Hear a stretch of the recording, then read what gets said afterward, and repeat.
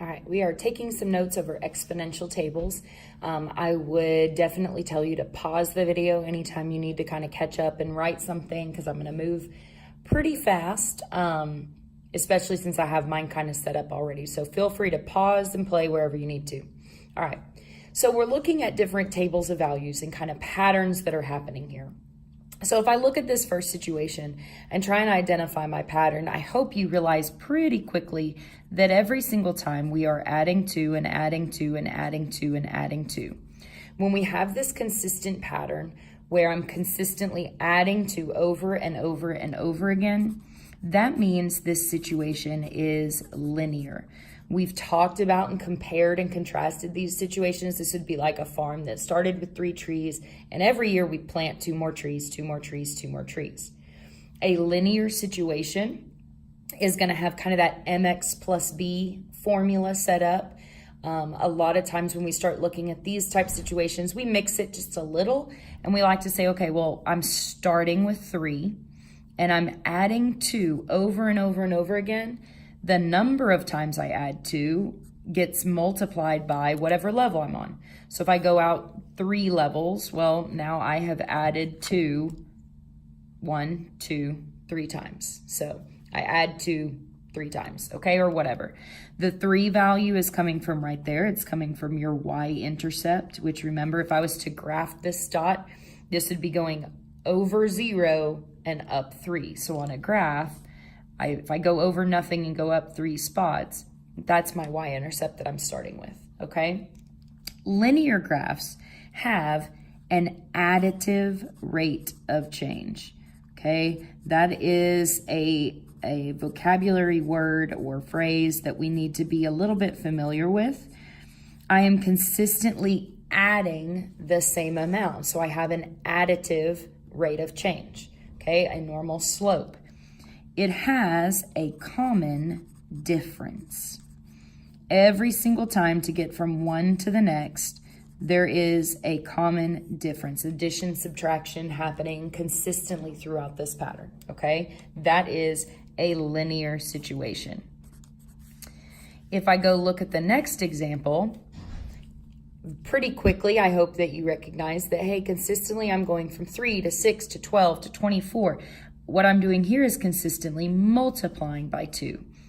If you have consistent multiplication happening throughout a scenario, that means we are talking an exponential example, okay? A consistent multiplication means it is exponential. So when I go to write my formula, typically we have our starting value being repeatedly multiplied. So I'm starting again at 3. My y-intercept right there is still at 3, but consistently I'm multiplying by 2 over and over and over again.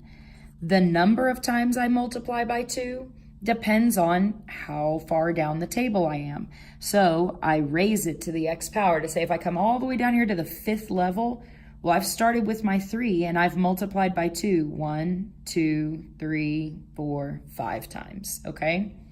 An exponential situation has a multiplicative rate of change, meaning, yes, it is changing at a consistent rate, but it's changing at a consistent multiplication rate. And it's just kind of a fun word to say, the multiplicative rate of change, okay? They do have a common change happening every time, but it's not a common difference. It's not that I'm adding or subtracting a common amount every time.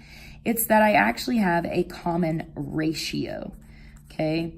If I think about these values as a ratio, 6 over 3 is 2. 12 over 6 is 2. 24 over 12 is 2. 48 over 24. So ratio is kind of like division. It's kind of flipping it, right? Instead of thinking of it as multiplication. So common multiplication is an exponential situation. Then we have oddballs that don't fit either of these patterns. If I start looking at this, okay, I add 1, then I add 3, then I add 5, then I add 7. Well, it's not a consistent addition, right? It's not additive, a consistent rate of change. If I try and think multiplication, well, 3 times 1.33 Okay, you can do that on a calculator real quick if you don't believe me that 3 times 1.33 makes 4. 4 would be times 1.75. So that totally doesn't work. I'm not consistently adding the same amount. I'm not consistently multiplying by the same amount. In this situation, if you actually look out one more level, and somebody made this observation, well, no, but it's always adding the same amount added on each time. Like, oh, so that is adding 1, and then we add 2 more, and we add 3, and we add 2 more, and then the next time you add 5, and you add 2 more, and then you add 7. So they were arguing that it should be an additive rate of change. It's just like you have to go out a second level for it to actually match. This is a very unique feature of quadratics. Okay, if I was to go and actually graph these values, you would kind of start to get this like quadratic parabola shift. I go over 1 up 1, then I go over 2 up 4, and so on and so on. So this is a quadratic situation. The formula for this is kind of hard to come up with on your own, unless you have a really good, just natural pattern seeking mind. The formula is actually x squared plus 3. So just to kind of prove it, it works on all of them. 0 squared plus 3. So 0 plus 3 is 3. 1 squared is 1, plus 3 is 4. 2 squared is 4, plus 3 is 7. 3 squared is 9, plus 3 is 12. 4 squared, 16 to 19, 25 to 28. Okay, quadratics are special. They actually have no common difference or ratio. Okay, they're just kind of an oddball, and so it's hard to always recognize them unless you see them on a graph or see this second difference happening.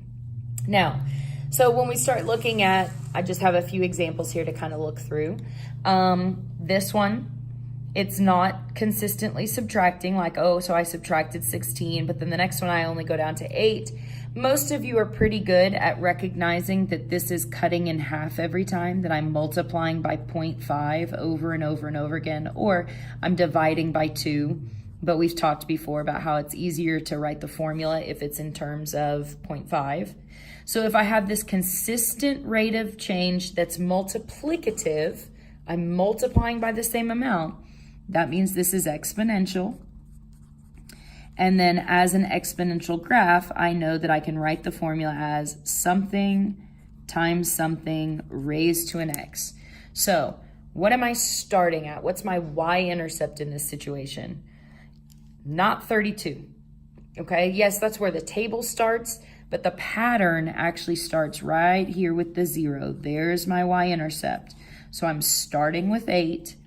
And then what is my common ratio? What's my additive or my multiplicative over and over and over again? I'm multiplying by 0.5 raised to the x, okay? In the next situation, most of you look at this pretty quickly and you can see, oh, hey, over and over again, I'm subtracting 16, subtracting 16, subtracting 16 over and over again, which means this is linear. Linear, we typically use mx plus b, but sometimes when we write them, it's a little bit easier to think of, okay, well, what am I starting with? Where's my y-intercept? Well, I'm starting, really the start value is right there at 16. Over and over and over again, I'm subtracting 16 times however far away I am. So if I go out 2 spots, I've subtracted 16 twice, okay? If it really bothers you that that's not mx plus b, you could always write it as negative 16x plus 16. Okay, I begin at 16 and I'm moving down 16 for every 1 over, okay? The last one, it's definitely not additive, right? I'm adding 4, I'm adding 8, and then suddenly I'm adding 10, so it's not linear.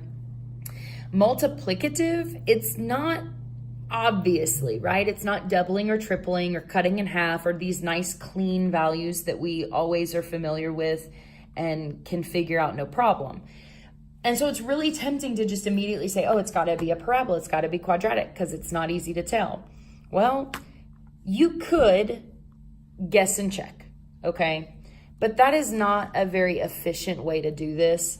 So what I'm gonna do is I'm gonna test some division. I'm gonna test 40 divided by 32. I'm gonna see, what do I multiply 32 by to get to 40? So working backwards, what's 40 divided by 32? And I'm gonna hit Control Enter to get a decimal, okay? So this is saying, okay, just to prove it, 32 times 1.25 turns it into a 40. So hypothetically, I'm multiplying by 1.25. Okay, let's see if it works. How about 40 times 1.25? Ooh, it works on the next one. 50 times 1.25 works. So here's where we get, times 1.25.